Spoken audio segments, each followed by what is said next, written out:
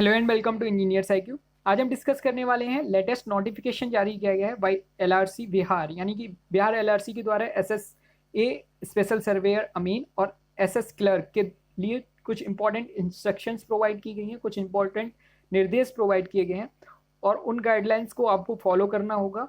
उसके अकॉर्डिंग आपकी ज्वाइनिंग से रिलेटेड कुछ अपडेट है तो उसके बारे में डिस्कस करेंगे। तो स्टार्ट करने से पहले मैं आपको बता दूं, अगर आप गवर्नमेंट एग्जाम की तैयारी कर रहे हैं और किसी भी गवर्नमेंट एग्जाम से रिलेटेड नोटिफिकेशन एंड अपडेट को चाहते हैं तो आप हमें फॉलो कर सकते हैं और make sure press the bell icon button, जिससे कि आपको नोटिफिकेशन एंड अपडेट टाइमली मिल सकें। तो चलिए हम दिखा देते हैं आपको कैसे। सबसे पहले तो ये नोटिफिकेशन कैसे डाउनलोड करेंगे, तो इसके लिए आपको जाना होगा ऑफिशियल वेबसाइट पर। ऑफिशियल वेबसाइट की लिंक मिल जाएगी आपको डिस्क्रिप्शन बॉक्स में, वहां पर क्लिक करके आप डायरेक्ट इस पर पहुंच जाएंगे और इस पर पहुंचने के बाद आपको सबसे लास्ट में जो नोटिफिकेशन दिख रहा होगा, सबसे लास्ट में जो नोटिफिकेशन है मैं आपको दिखा देता हूं, एक मिनट थोड़ा सा। ये रहा ऑफिशियल नोटिफिकेशन जो कि 13 तारीख को आया हुआ है, यानी कि आज ही आया है। तो इस पर जैसे ही आप क्लिक करेंगे ये नोटिफिकेशन डाउनलोड हो जाएगा। उसको आप डाउनलोड करके अगर पढ़ना चाहते हैं तो पढ़ सकते हैं। कुछ इंपॉर्टेंट पॉइंट्स जो हैं वो मैं आपको बता देता हूं, जिनको आपको फॉलो करना ही है। तो इसको मैंने ऑलरेडी डाउनलोड कर रखा है, तो इसमें सबसे पहले मैं आपको दिखा देता हूँ इसकी डेट्स की कुछ बारे में बोला गया है। सबसे पहले इसको देख के आप कंफ्यूज मत होइएगा, क्योंकि इसमें जो डेट्स पब्लिश की गई हैं उसमें आपको ऐसा लग सकता है कि डेट्स चेंज की गई हैं, बट ऐसा कुछ है नहीं। जैसे कि फर्स्ट है विशेष सर्वेक्षण अमीन के लिए 17 से लेकर 4 तारीख तक डेली ज्वाइनिंग होगी, सैटरडे और संडे को छोड़कर, ऐसा ब्रैकेट में लिखा है। सैटरडे संडे छोड़कर और 19 और 20 तारीख को छोड़कर। तो 19 और 20 तारीख से ऑलरेडी किसी स्पेशल सर्वेयर अमीन की ज्वाइनिंग नहीं थी, बिकॉज उस दिन ज्वाइनिंग होनी है लिपिक वाले कैंडिडेट की। तो इसमें कोई इशू नहीं है कि 19-20 को आपकी ज्वाइनिंग नहीं थी, तो आपको कोई प्रॉब्लम नहीं है। प्लस सैटरडे संडे जो 22 और 23 को पड़ रहा है और 29 और 30 को पड़ रहा है अगस्त में, तो उस दिन भी आपकी कोई ज्वाइनिंग नहीं थी। तो इसमें कोई डेट का तो कोई इश्यू है नहीं, इसमें देख के आप कंफ्यूज मत होइएगा। और जो भी डेट और टाइम है वो एज इट इज है जो पहले नोटिस में पब्लिश किया गया, जो कि पब्लिश किया गया था आई थिंक 4 तारीख को। तो उसको आप देख लीजिएगा, लास्ट वीडियो में मैंने उस नोटिस के बारे में थोड़ा सा डिस्कस किया है। इसमें कुछ इंपॉर्टेंट पॉइंट्स हैं जो देख लीजिए। सबसे पहला ये है कि आपको ईमेल के द्वारा जो भी भेजा गया था ज्वाइनिंग लेटर, उसमें terms end of assignment, joining document and checklist and format of affidavit जैसा है एज इट इज प्रिंट करा के लाना है। ये तो फर्स्ट पॉइंट हो गया, ये पहले भी आपको पता होगा। नेक्स्ट जो चीज है इंपॉर्टेंट, वेबसाइट पर जो भी ज्वाइनिंग डिटेल्स और टाइम दिया गया उसी टाइम पर आपको पहुंचना है। पहले पहुंचकर आपको भीड़ भाड़ नहीं लगानी है, ऐसा यहाँ पर लिखा हुआ है। यानी कि आप उस दिन भी जाएंगे तो ऐसा नहीं है 9 बजे अगर आपको वहां बुलाया गया है तो आप 9 बजे जाइए, पहले जाके आपको भीड़ भाड़ नहीं लगानी है। ये फोर्थ पॉइंट में मेंशन किया गया है। फिफ्थ पॉइंट है योगदान के दिन मात्र नवचयनितों की एंट्री है और बाकी लोगों की एंट्री वहां पर नहीं की जाएगी। सिक्स्थ पॉइंट इंपॉर्टेंट है कि आपको सोशल डिस्टेंसिंग का पालन करना है और कोविड-19 के द्वारा जो भी प्रोटोकॉल सरकार के द्वारा दिए गए हैं, बिहार गवर्नमेंट के द्वारा या स्टेट गवर्नमेंट के द्वारा, वो सारे आपको फॉलो करने हैं। दूसरी चीज़ ये है कि आपको फॉलो करने से आपको खुद का भी ख्याल रखना है, आपको मास्क लगाए रखना है और साफ सफाई का भी ख्याल रखना है, ये ऐसा इसमें लिखा हुआ है। लास्ट जो है पॉइंट 8, ये बहुत इंपॉर्टेंट है क्योंकि इसमें लिखा है कि योगदान स्थल पर प्रवेश के समय थर्मल स्कैनिंग की जाएगी।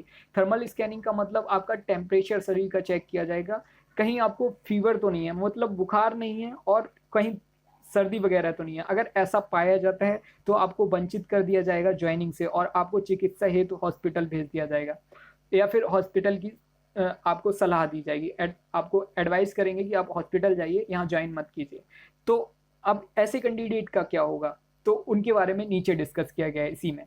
ठीक है, तो आपको इसका पालन भी करना होगा, आप जबरदस्ती नहीं कर सकते नहीं मुझे ज्वाइन करना है। 9th पॉइंट है योगदान के समय नवनियोजित विशेष सर्वेक्षण अमीनों, विशेष सर्वेक्षण लिपिकों को जिलों में पद स्थापित करने की कार्रवाई की जाएगी, जो अमीनों के संदर्भ में विभिन्न चरणों में होगी। 2 से 5 दिन तक योगदान करने वाले विभिन्न सर्वेक्षण अमीनों को एक साथ अलग अलग जिलों में पद स्थापन आदेश निर्गत होने के अगले दिन तक उनके द्वारा संबंधित जिलों में योगदान कराना सुनिश्चित किया जाएगा। देखिए, जैसे ही आपकी ज्वाइनिंग होती है उसी दिन डॉक्यूमेंट जैसे वेरिफिकेशन होता है, उसके 2 से 5 दिन के अंदर आपकी ईमेल पर पता चल जाएगा आपको कौन सा डिस्ट्रिक्ट अलॉट किया गया है उसके नेक्स्ट डे ही आपको ज्वाइन कर लेना है, यानी रिपोर्ट करना है डिस्ट्रिक्ट के ऑफिस में जाके, जो भी आपका ऑफिस रहेगा। नेक्स्ट ये है कि योगदान करने एवं पदस्थापन होने की अवधि में इन कर्मियों को पटना मुख्यालय में अपने व्यय पर रहना पड़ सकता है। देखो, पटना मुख्यालय 2 से 5 दिन, जो भी कैंडिडेट हैं 2 से 5 दिन आपको क्या है वहां पर ऐसी सुविधा दी जाएगी कि आप वहां रुक सकते हैं, क्योंकि पहले से आप रूम तो ले नहीं सकते क्योंकि आपको पता नहीं है रहना कहाँ है, तो आप 2 से 5 दिन वहीं रुक सकते हैं, लेकिन खर्चा आपको ही देना होगा वहां रहने का। भले ही आप उस ऑफिस में रह रहे हैं, लेकिन रहने का खर्चा आपसे लग सकता है। नेक्स्ट है कि अतः सभी नवनियोजित कर्मी योगदान के समय इस हेतु आवश्यक संसाधन के साथ तैयार होकर ही योगदान करेंगे। आप सब कुछ लेके जाइए, ऐसा वो कह रहे हैं कि ऐसा नहीं है कि आप ऐसे ही चले आए। अगर आप दूसरे अदर डिस्ट्रिक्ट से हैं तो आप ऐसा ना करें, ठीक है, क्योंकि उस डिस्ट्रिक्ट के कैंडिडेट तो या उस स्टेट के कैंडिडेट तो इसको मैनेज कर सकते हैं। 10th जो पॉइंट है, सभी नव नियोजित कर्मी अपने आवास एवं भोजन की व्यवस्था स्वयं करेंगे। आफ्टर ज्वाइनिंग आपको रहने की व्यवस्था और जो भी है खाने की व्यवस्था आपको खुद करनी है, तो ये तो आपको पहले से ही पता होगा। 12th पॉइंट देख लेते हैं, 11th इंपॉर्टेंट नहीं है। 12th पॉइंट है नव नियोजित कर्मियों के योगदान पश्चात प्रत्येक टेबल के बाद, इसमें बस इतना है कि आपको जैसे ही आपकी ज्वाइनिंग कंप्लीट होती है आप ऑफिस को छोड़ दीजिए, वहां से चले जाइए जहां आपको बता दिया जाता है, जो आपको बाकी जो नोटिफिकेशंस हैं वो ईमेल के द्वारा बता दी जाएंगी, आपको वहां वेट करने की जरूरत नहीं है जिससे कि भीड़ भाड़ क्रिएट हो। नेक्स्ट है इंपॉर्टेंट जो भी डॉक्यूमेंट्स हैं वो दिए गए हैं नीचे, जो आपको लेके जाने हैं। सबसे पहले तो आपको सभी के 2-2 सेट बना लेने हैं, आपको पहले से ही पता होगा। 2-2 सेट बनाने किस किस के हैं, 10th की मार्कशीट और 10th का जो प्रमाण पत्र है वो। थर्ड है 12वीं का अंक पत्र, 12वीं का प्रमाण पत्र। हो सकता है आपका प्रमाण पत्र और अंक पत्र अब जो कि नई मार्कशीट में होता है एक ही हो सकता है, ठीक है। डिप्लोमा का अंक पत्र, डिप्लोमा का प्रमाण पत्र। जाति प्रमाण पत्र उन कैंडिडेट्स के लिए जो आरक्षण का लाभ ले रहे हैं।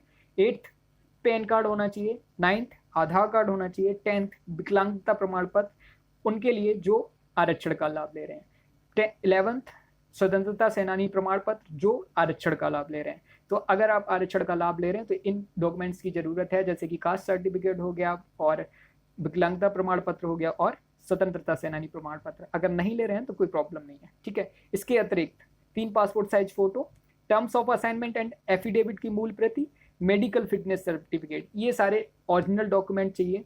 और original voucher of laptop slip and original voucher of mobile slip, तो ये भी ओरिजिनल चाहिए क्योंकि इन वहां पर इसकी फोटोकॉपी वैलिड नहीं है, ठीक है। तो आपको लेके जानी है ओरिजिनल। सी पॉइंट जो है उसमें कुछ इंपॉर्टेंट नहीं है, आपको पहले से ही पता होगा। ई के बारे में डिस्कस कर लेते हैं, उन कैंडिडेट्स को जिनका कागजात पूरे नहीं होंगे, मतलब डॉक्यूमेंट्स वहां पर वेरिफिकेशन के टाइम पूरे नहीं है, तो आपको एक टाइम इंटरवल दिया जाएगा, उसके अंडर आपको काम करना होगा, उसके अंडर आपको सबमिट करने होंगे। अगर आप उसके बीच में सबमिट नहीं कर पाते हैं तो आपका कैंडिडेचर कैंसिल कर दिया जाएगा, यानी कि आपका जो नियोजन है वो रद्द कर दिया जाएगा। तो ये इंपॉर्टेंट है, आप देख लेना, ठीक है। 14th जो है, जिन कैंडिडेट्स का ज्वाइनिंग नहीं हो पाया, जैसे कि मान लिया कोई एक कैंडिडेट ऐसा है जिसको फीवर पाया गया वहां पर, उस टाइम पे उनको भेज दिया गया हॉस्पिटल और वो ज्वाइन नहीं कर पाए, तो उनका क्या होगा। तो वो कैंडिडेट्स बाद में 4 तारीख के बाद उनके लिए स्पेशल डेट पब्लिश की जाएंगी और उनको ज्वाइन कराया जाएगा। ऐसा नहीं है कि उनको बाद में कभी ज्वाइनिंग ही नहीं होगी, उनकी ज्वाइनिंग कराई जाएगी, ठीक है। तो ऐसा उन कैंडिडेट्स के लिए कहा गया है। और कोई इंपॉर्टेंट पॉइंट्स इसमें है नहीं, जो भी था मैंने डिस्कस कर लिया है। आज के लिए बस इतना ही। जो भी इंपॉर्टेंट नोटिस या अपडेट्स आएंगी मैं आपको जल्दी से जल्दी प्रोवाइड करने की कोशिश करता हूँ। So thank you for watching and as always all the best.